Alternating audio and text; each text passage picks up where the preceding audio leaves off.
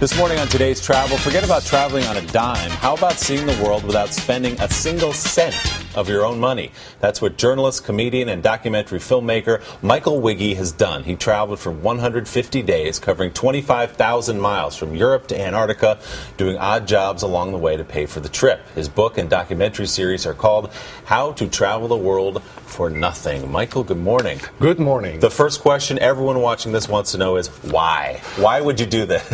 Why? I mean, I wanted to see the Antarctica. You know, it's a special place, secluded, and it's very expensive to go there. You know, if you book a cruise ship, it costs like $10,000. So I said, okay, I want to see the place. It's my childhood dream, and I don't have the money. Let's try to do it for free. And you did travel with a credit card over the course of the 5 months. Did you ever use it? Were you ever tempted to use it? No. Every food, accommodation, travel was always for free. And if I was really stuck in a situation, troubled, I offered certain services on the street, like pillow fighting. So I said, look, guys, if you want to pillow fight me, chip in $1, and then I could get out of a difficult situation. Well, let's dig into the pillow fighting. Right. So you're on the streets of San Francisco. How do you propose to a stranger, I will pillow fight you for $1? How does that even work? Yeah, I had like a big sign around my neck, pillow fighting for $1. I got 2 pillows from the people who hosted me in San Francisco.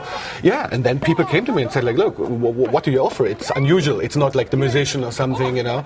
So, and people were like, okay, I want to do this, you know. I want to pillow fight you for $1. It's nothing. So it's $1 a minute, and how much did you make at the end of the pillow fighting? For example, in San Francisco, $300. So which gets you a plane ticket to the next place. To Costa Rica, yes. Okay, another job, a hill helper, also in San Francisco. What does that mean? Yeah, hill helper. I mean, the hills are steep in San Francisco, so I thought like I offer a service of pushing people up the hill, since you know it was warm and people were tired, and yeah, and that worked. For $1, I helped them up the hill. There we go. Yeah. There's $1 for the hill helper. Okay, human sofa. This one sounds a little demeaning. Let's hear about the human sofa. I mean, human sofa, that happened in Las Vegas, and it was very hot, more than 100 degrees. And I thought, okay, people want to rest, sit on my back. I got the pillow on my back, and people could sit down, relax for a minute, and chip in $1. $1 all the way around the world. Okay, now what about eating? How did you get through day to day? I mean, I know there were days where you didn't eat. Yeah, the easiest way to get food was I was going into a store or restaurant. I said, look, I'm trying to travel the world for free. Would you mind giving me a sandwich? And I offered something in return. That was very important, always to offer something in return. At least a funny story. Or I offered, I can clean your dishes, I can sort out the shelf, I can wash the floor. And when people heard that I just don't want to take something, I also want to give something, it was quite easy. So I think 4 out of 5 restaurants and shops in these 11 countries always gave me something. Okay, the next question then, how did you get from place to place? I know you started hitchhiking, but to get to Antarctica, that's going to cost you. So I was hitchhiking. I went by foot. People gave me a bike at one stage. I took a bike partially across the United States.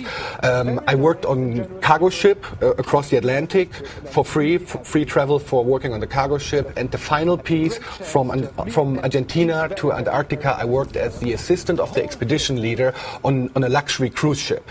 So I was the guy helping the tourists on the ice and doing all this. And so I got a free trip for the final part. Working on the Love Boat. I love it. Now, what about moments along the way? There must have been many of them where you said, this is not worth it. I'm not doing this anymore. Did you have those? Yes. It was like, for example, when I was in Las Vegas, it was very difficult to get a free accommodation. I couldn't drink the tap water. It had a lot of chlorine. So I was in a difficult situation, but I found solutions. For example, with the drinking, I got a cup from a fast food restaurant, and I got free refills. So, maybe very unusual. Smart. Yeah, I had to do that. Free refills. So 11 countries, 4 continents. How do you begin to pack for a trip like that? That's what I want to know. Yeah, before I left, I packed a lot. Like, I had a tent, I had a sleeping bag, obviously I had medical stuff, cameras for filming, a lot of things, and it was like more than 80 pounds. Wow. So I soon realized this is not good, 80 pounds, so I left a lot of stuff on the way. You know, I had a lot of travel books on me, and travel books are very heavy. So I reached Antarctica with no more than 25 to 30 pounds. So I can advise to people, if they want to travel or travel for free, don't take much. It doesn't help. And would you recommend this to somebody? If people go by the barter system, always offer something in return, even if it's like a funny service, then it's definitely doable, I would say. Yes. All you need is a pillow. You can find your way around the world. All you need is a pillow. You're right. What a story. The name of the book is How to Travel the World for Free. Michael Wigge. It's a fun book. Thanks so much. Thank you very much. I'm glad you're back safely.